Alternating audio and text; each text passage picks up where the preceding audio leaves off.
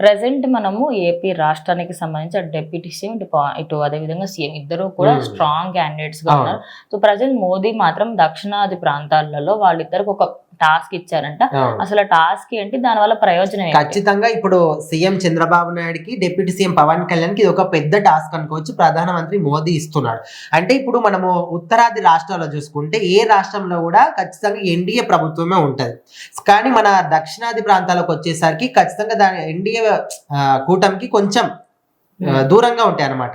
So ఇప్పుడు కేంద్ర ప్రభుత్వం ఏం చేస్తుంది, ప్రధానమంత్రి నరేంద్ర మోదీ ఏం డిసిషన్ తీసుకున్నారంటే ఉత్తరాది ప్రాంతాలలో మనకైతే కొదవలేదు, ఖచ్చితంగా మన ఎన్డీఏ ప్రభుత్వమే ఉంటుంది, ఎప్పటికీ అదే ఉంటుంది. కానీ దక్షిణాదిలో కూడా మనము మన ఎన్డీఏ కూటమిని మనం బలోపేతం చేసుకోవాలి. సో అక్కడ మనం దక్షిణాది ప్రాంతాల్లో చూసుకుంటే ఎవరు హై క్యాండిడేట్స్ ఉన్నారు, ఎవరు మంచి క్యాండిడేట్స్ ఉన్నారు అంటే ఖచ్చితంగా స్ట్రాంగ్ ఉన్న వాళ్ళు వీళ్ళిద్దరే.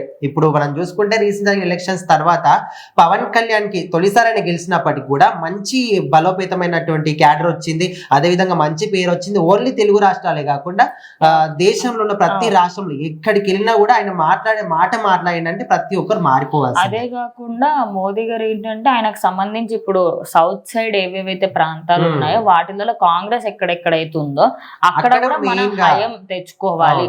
బికాస్ ఇప్పుడు తెలంగాణ రాష్ట్రం ఏపీ దానికంటే చాలా ఎక్కువ కాబట్టి తెలంగాణలో మనం బీజేపీని తీసుకురాగలిగితే అక్కడ కూడా మన హయం నడిస్తే దానికంటూ అంటే ఇండియాలో కొన్ని ప్రాంతాలలో అంటే పర్టికులర్ బెంగళూరు కానీ లేకపోతే ఇది కానీ ఆయా ఏరియాస్లలో పర్టికులర్ గా ఉంటే బాగుంటుంది అని చెప్పేసి మోదీ అభిప్రాయం. ఇక కేరళ సైడ్ కూడా వాళ్ళు వెళ్ళాలనుకుంటున్నారు, బట్ అక్కడ ఎన్నో సంవత్సరాలుగా కొన్నే పార్టీలు అన్నట్టుగా చాలా ఏరియాస్లలో అవన్నిటిని తీసుకురావాలి. సో అట్లా ఇప్పుడు అవన్నీ వేరే వేరే ఉన్నాయి కాబట్టి మన ఎన్డీఏ ప్రభుత్వాన్ని తీసుకురావాలి.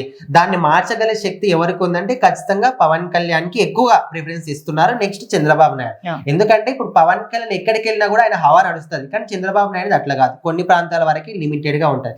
కానీ ఈయనేమో ఎక్కడికి వెళ్ళినా కూడా అది మహారాష్ట్ర కావచ్చు, కేరళ కావచ్చు, కర్ణాటక కావచ్చు, ఎక్కడికి వెళ్ళినా కూడా అక్కడ ఎలక్షన్స్ ఉన్నాయంటే ఈయన ఆ ప్రాంతానికి వెళ్ళినట్టే ఆ ప్రాంతంలో గెలుపొందినట్టే. సో ఇట్లా కేంద్రంలో ఎప్పటి నుంచో అనుకుంటున్నారు పవన్ కళ్యాణ్ కి ఒక బాధ్యత ఇవ్వాలి, మంచి బాధ్యత అనే విధంగా అనుకుంటున్నారు. సో ఇప్పుడు వీళ్ళిద్దరికి దక్షిణాది ప్రాంతాలలో ఎన్డీఏ ప్రభుత్వాన్ని తీసుకొచ్చేటటువంటి సత్తా వీళ్ళిద్దరికే ఉంది కాబట్టి సో ప్రధానమంత్రి నరేంద్ర మోదీ మాత్రం వీళ్ళిద్దరికి ఒక పెద్ద టాస్క్ ఇస్తున్నాడు అనమాట. ఎందుకంటే ఇప్పుడు ఆల్రెడీ మన తెలంగాణలో అయితే కాంగ్రెస్ ప్రభుత్వం ఉంది. సో వీళ్ళందరినీ ఖచ్చితంగా ఇప్పుడు రాజకీయాల పరంగా ఇంత స్థాపించిపోయినప్పటికీ మారాలంటే ఖచ్చితంగా కొంచెం సమయం పడుతుంది.